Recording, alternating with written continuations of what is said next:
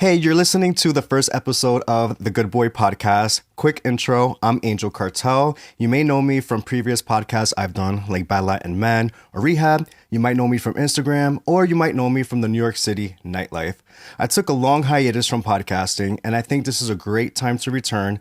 There's a lot of things happening in our country where people who are kind of like me are being misrepresented.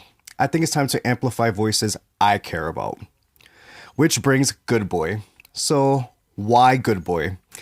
My whole life, I've always referred to myself as a good boy. Most people disagree. A lot of people don't believe me, but I am. And this is my way of making that a reality because now I'm the good boy from the Good Boy Podcast. I'm not going to do long intros on this podcast. We're going to get into the good stuff. So, grab a snack, get comfortable, and let's jump in. My first guest is someone whose videos on IG I never skip over. They're a talented singer and they're fucking hilarious. They found a way to make their identity approachable, funny, but not the joke. Please welcome my first guest, Robert Garcia. Where's my claps? Hello. Thank you. Hi, Robert. What up, my love? How Introduce yourself. I'm Robert Garcia, your favorite boy girl. New York City's singer, songwriter. Listen, I'm a comedian now, bitch. Mind y'all, I be dead ass. I ain't trying to be funny. I was going to say comedian. I didn't know if you considered yourself one. I never did until I started going viral for being funny. Yeah. Because, I mean, you know me for a while, bitch. Yes. I've always been a funny bitch. Always. But now they see me. So, yeah, I'm a comedian. Netflix, I'm a comedian. So I'm interested in all things gender. Like when I was in college, I took gender studies. I took abnormal psychology, which touched on transgender.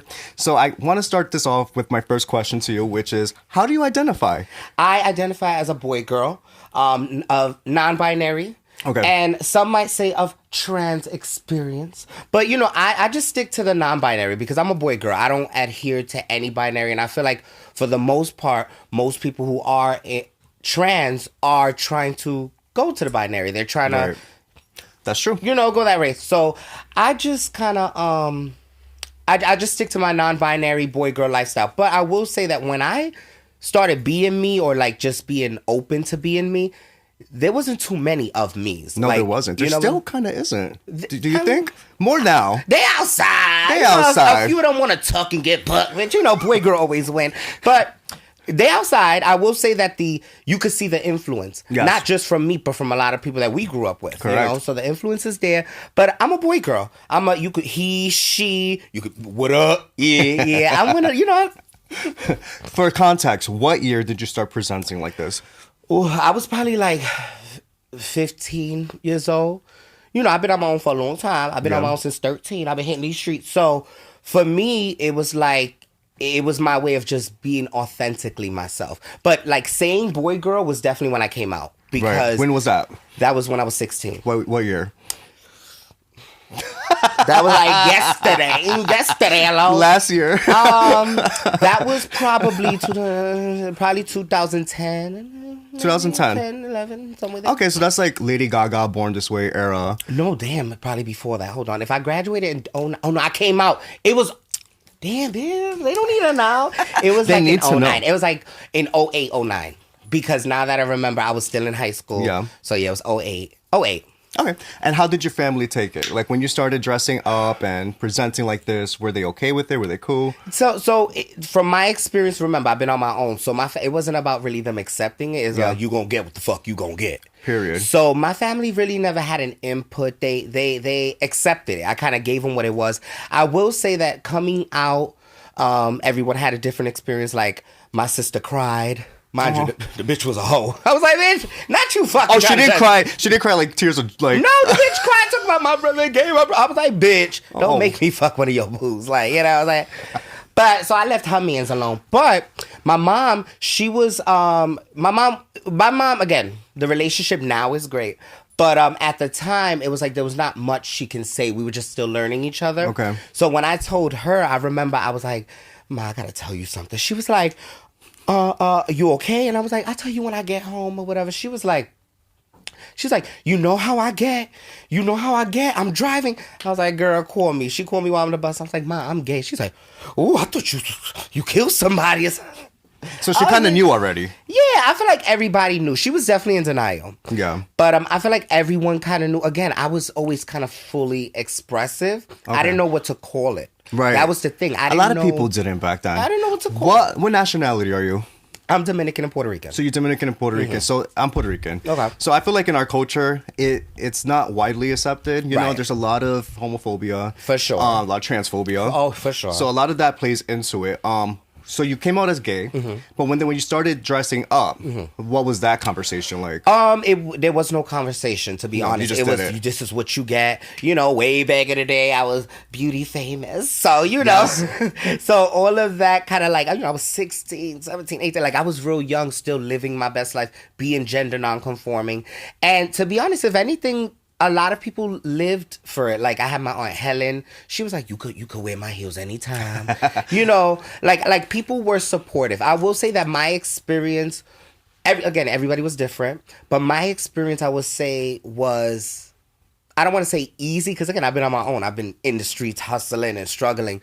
But because of that, when it came to who I was as a person, people just ate it up. They soaked it up. My family didn't even question or judge. They're like, you know what? Do you feel like because you led with such confidence that other people just felt like it was okay? Like you were so self-accepting that it was just like, I always feel like that's true. I always feel like the more confident you are about something, the more in tune people will be with that. If you walk around kind of like insecure, people can like read that. If you're unsure, like they smell the fear. Oh, you know, just like the dogs. Yeah. But you know, when it comes to these people, they're gonna accept what you give them. Exactly. And in some cases, sometimes you got to tell these motherfuckers about themselves. Because like I said, my sister was out here judging me when the bitch was on 4s. Bitch, don't play with me.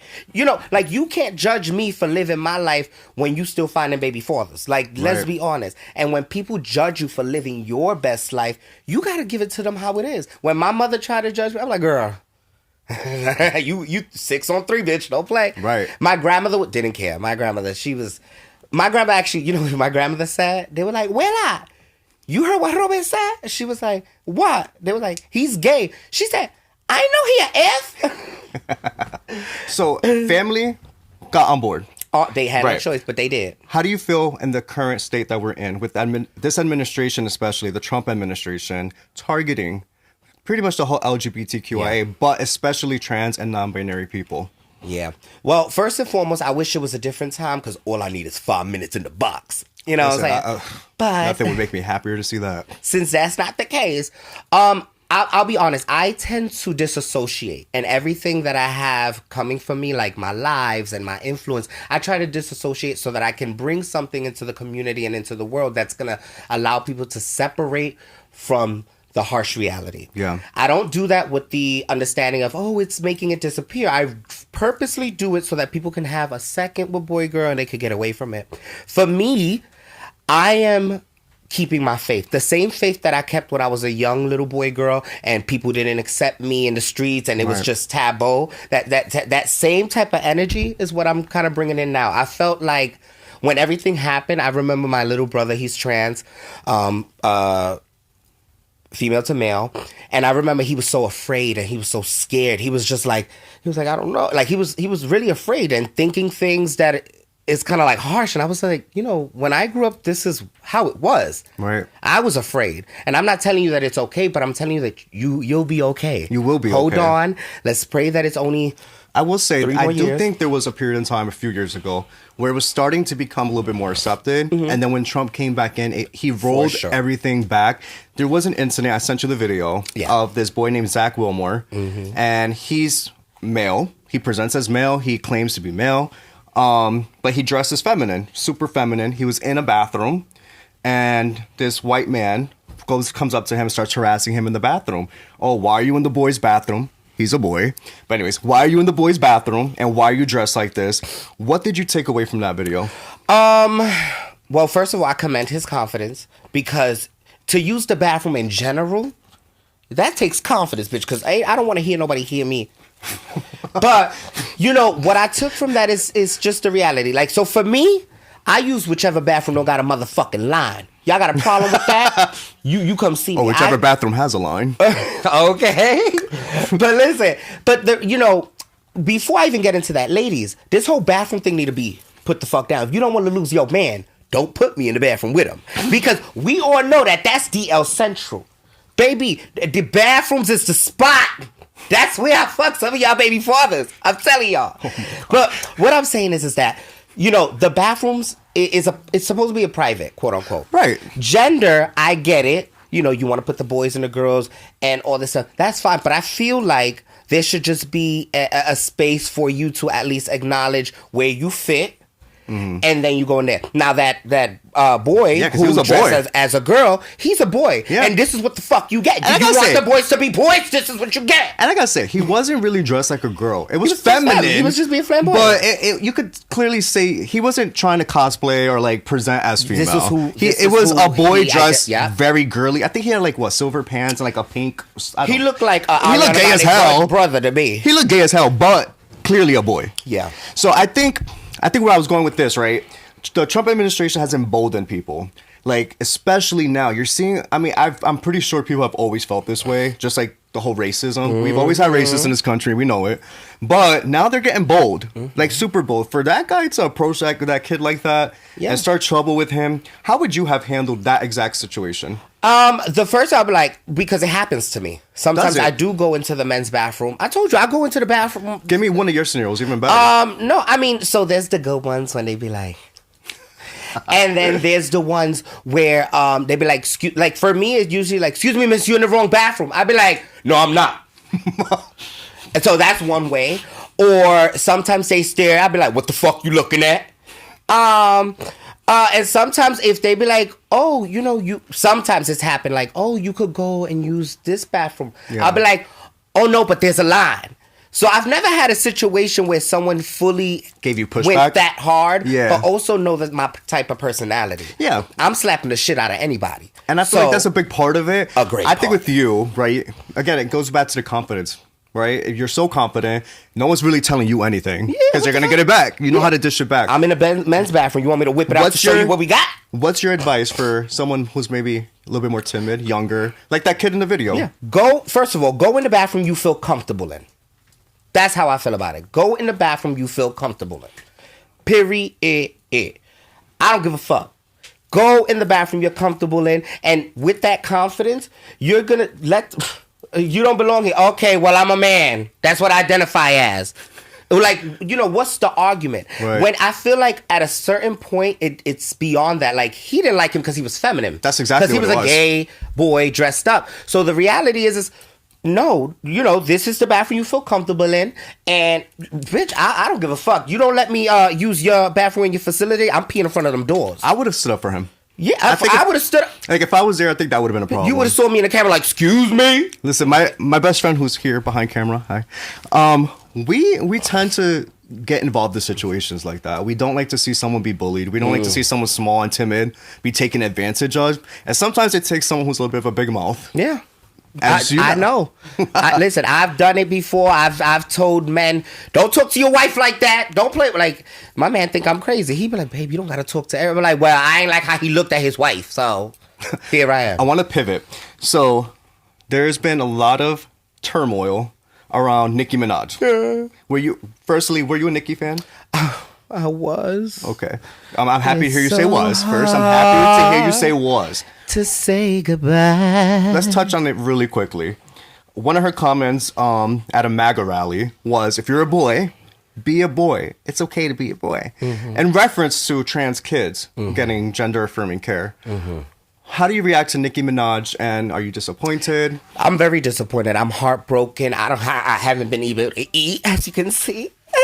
I haven't been able to eat. Same. No, life's been hard. I love her. I quote her. I used to like I be catching myself singing in my head, and I be like, I deleted all her songs off my playlist. I had to. I can't take it anymore. I had to. She broke my heart. And this is the thing. When it comes to her comment, boys should be boys, she's right with that sentence. Boys could be boys, and girls could be girls, trans could be trans, and unicorns could be unicorns, dogs could be dogs. Bitch, she's right if she kept on going. But she want to go so fully against a community that backed her, which is the crazy. The main community that backed her. Bitch. How many barbs would there be if we eliminate the LGBTQ?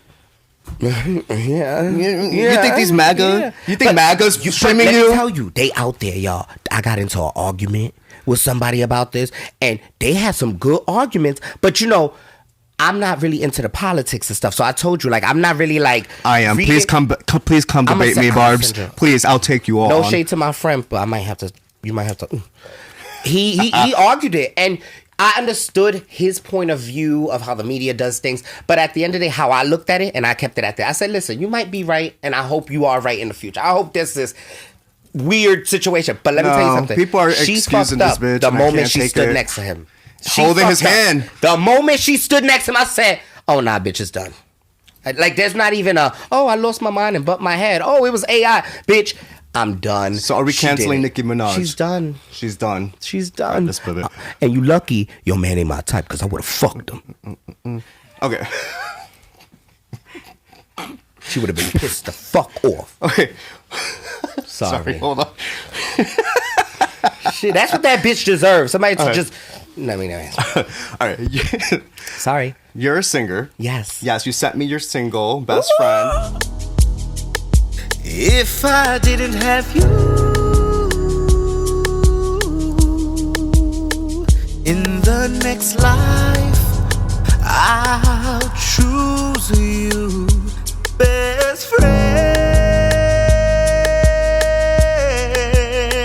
What would I do if I didn't have you in the next life? I'll still choose you, dear bestie.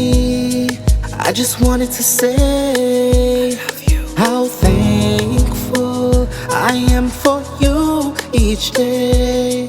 We cry together, we laugh together. Don't ask my best friend, cause we lie together.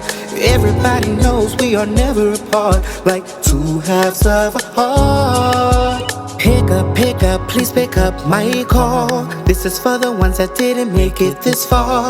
Pick up, please pick up my call. Don't wait till the end to forget it, forgive it all. I listened to it Did you before love coming it? here. First of all, I think you have such a beautiful voice. It was so well sung. Thank you. Very resonant.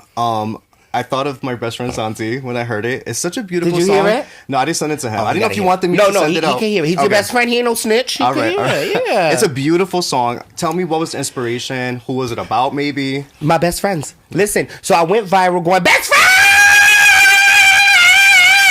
Bitch! And I went to the studio to work on this album on live, and I tried to write a song way back about best friends, but my best friends, they wasn't shit at the time, so I didn't write the song. But then today, meaning like 2 weeks ago, because the song just finished. Yeah. I was like, oh, let's try to work on. I just signed a contract with Christopher Ambrose, my producer. Oh, congrats. Yeah, I got a 2-album contract, y'all. Oh.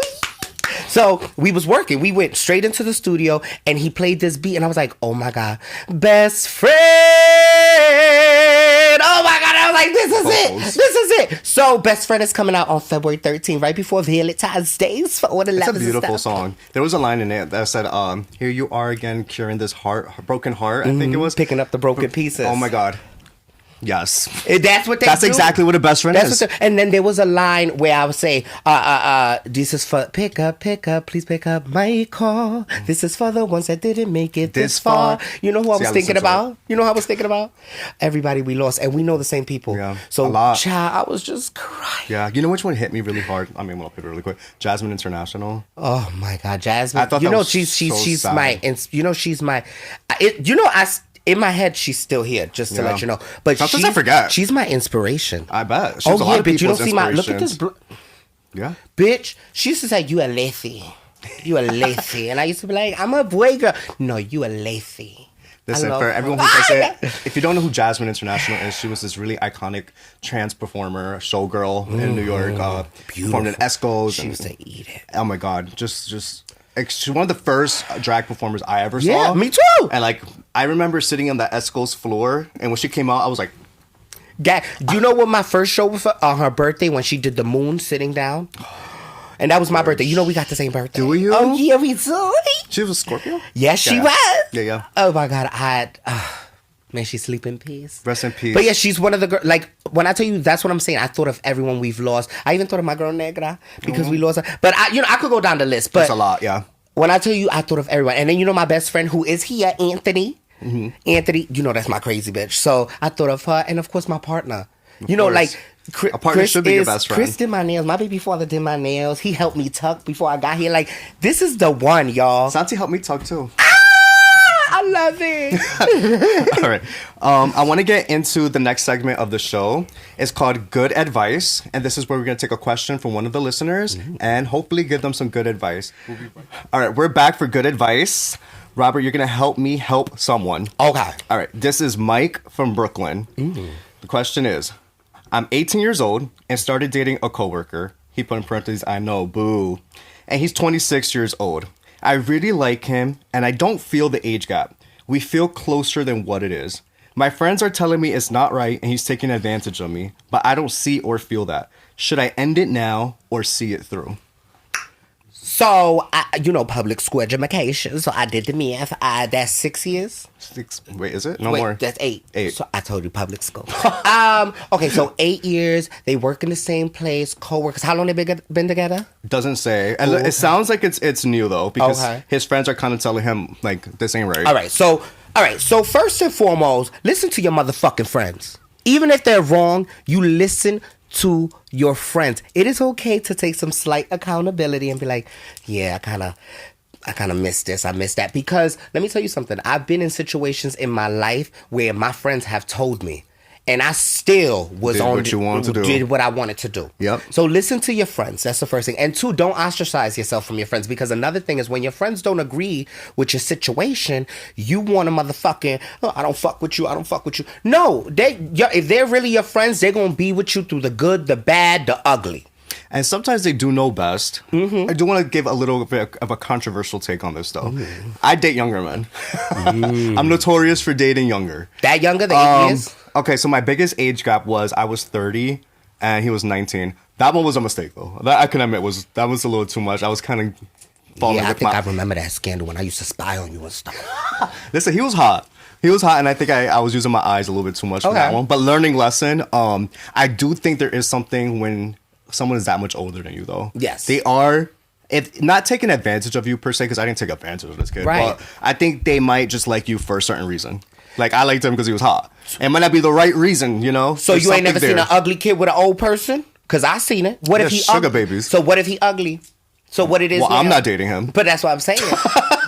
So this is how I look at it. Age is nothing but a number. I feel like there should be limits, in my opinion. No, there is limits for sure. The 19 is too young for me. Yeah. I would have did. It was for me too. 2021 at most. Well, now I'm 34, and I've been in my relationship 5 years. So 5 years ago, I would have 2021 in my 20s. Right. Now 34, because I was a virgin when I met my man. But now, I would only date an older man because I see the difference in time. What I will say is this: again, age is nothing a number. Love is love. Do you think at 18 though? He's 18. Can you be in love? Huh? Can you be in love at 18? No. Well, puppy love maybe, but he's 18. You could be in love at 18. You could be. Listen, love is. Let me tell you something. You don't even know yourself yet. Oh, you don't. But this you could be in love in the moment. Hear me out. I knew myself at 18. Meaning, wait, hold on. Let me take that back. I knew myself to an extent. I knew myself to an extent, but remember, I've been on my own for so many years. Okay, but here's my thing. Experience. You know yourself to an extent, but that's what I'm saying. You don't fully know yourself because you have so much growing. But who does? A 26-year-old is still finding themselves. A 30-year-old. I know 30-year-olds that don't know how to clean their underwears. Listen, but the 26-year-old knows more than the 18-year-old. So I do think the friends are onto something. That's bullshit. So you think he should see it through? I think he should see it through. If he's not harming him. So don't listen to his friends. No, listen to your friends. Make up your mind. But you can listen to your friends and still be with your man. You listen to your friends. Keep their advice in the back of your mind. Keep their advice in the back of your mind. And this is how I look at it. If I was in a situation and I really care about the person, I would bring my friends and everybody to go, we about to fight it out. We about to talk it out. What is it about this man that got y'all feeling this way? Right. And let him prove to y'all. Because this is the thing. His friends were raised right. They talk behind his back. Yeah, no, you talk right in that motherfucker. Listen, prove to them. If anybody's ever questioned my relationship, I don't worry about it because my man do what he got to do. So they're going to see it. Yeah. You know what I'm saying? I could call my family, they love him sometimes more than they fuck with me. But I feel like your friends will be your friends, and put them in a motherfucking room and let everybody hash it out, let their feelings out.